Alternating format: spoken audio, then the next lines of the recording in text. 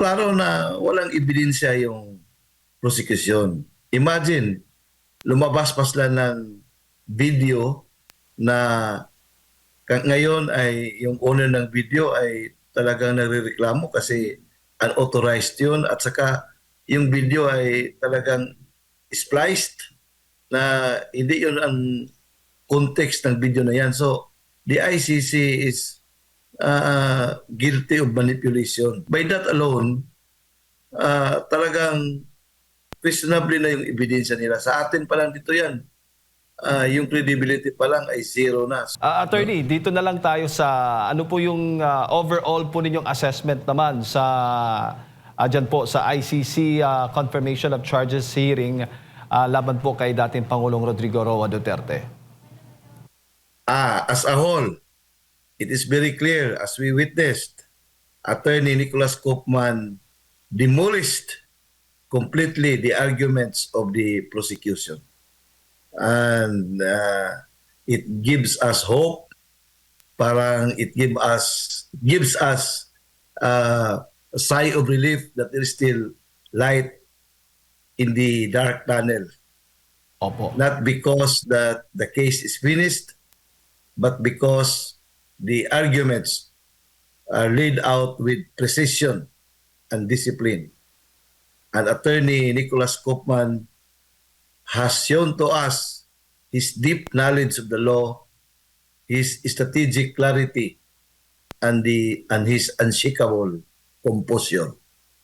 Medyo believe tayo sa kanyang performance kasamang Jade at kasamang Advan. Opo. Doon sa kanyang naging argumento dyan sa ICC confirmation of charges hearing, ano po yung pinakamahalagang punto pong nalaman po ninyo at narinig po ninyo na kumontra doon, no? Sinagot yung mga sinasabi po ng prosekusyon laban po dito sa kaso ng dating Pangulo.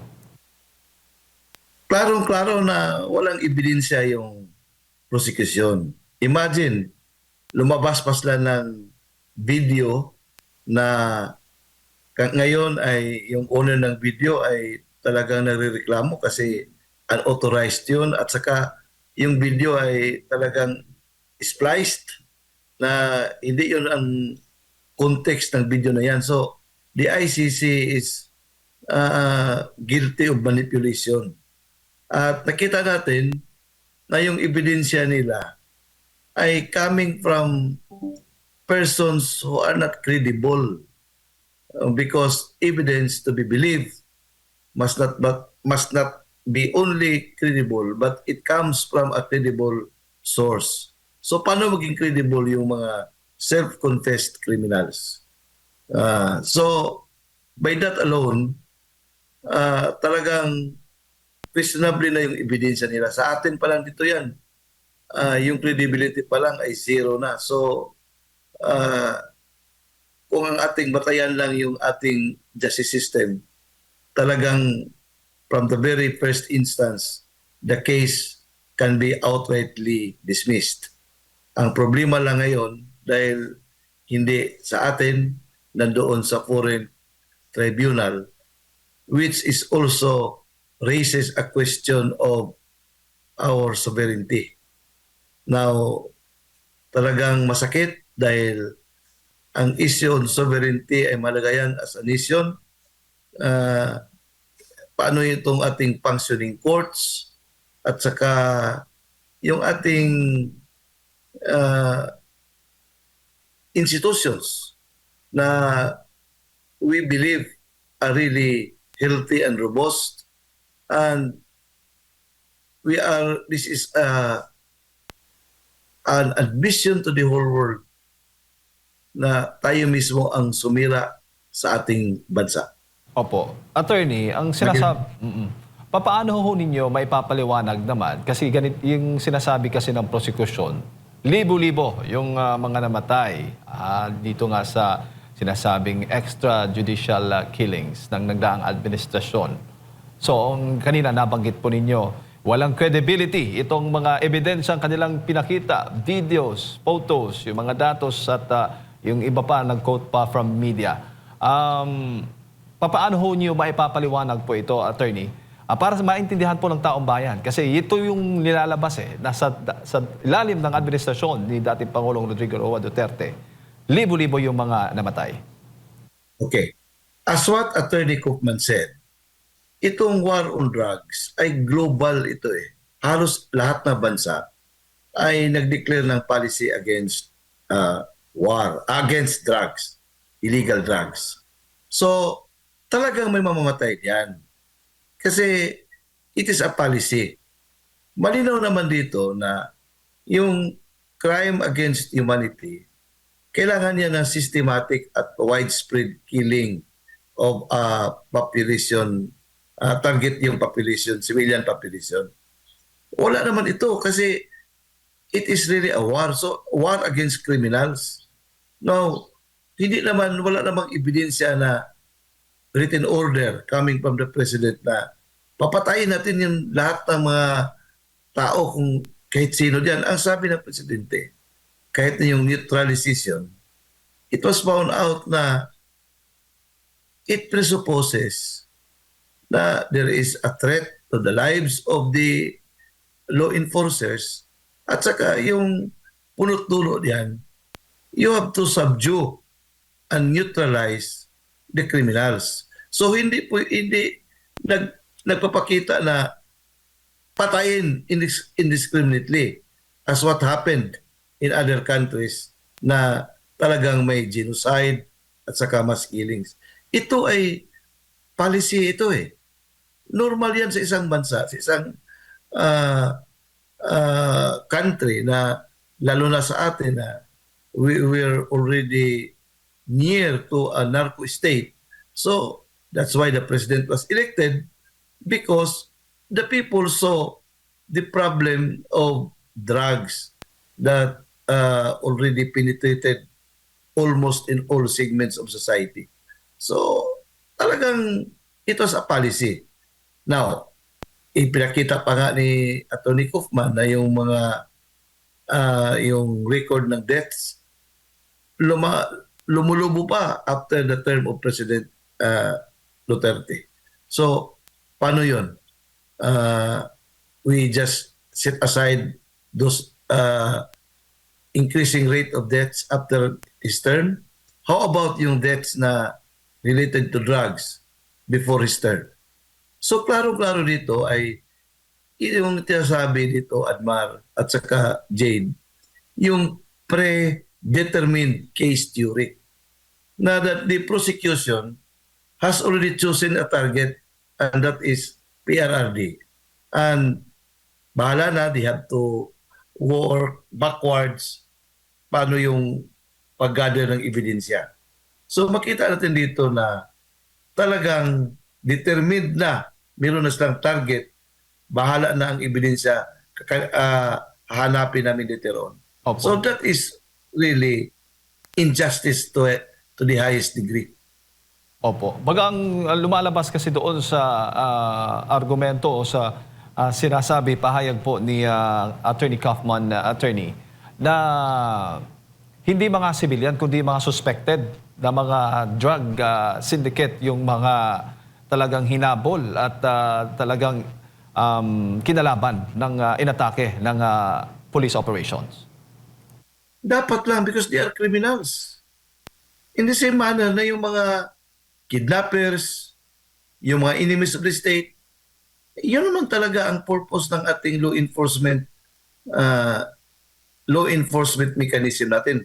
That's why we invested a lot for this law enforcement sector, precisely to protect us from harm. And these drugs, those who are involved in drugs, are really enemies of the state. So dapat lang na you have to launch a war against these enemies of the state na nakasinto ito sa drug industry. So ano bang crime nito?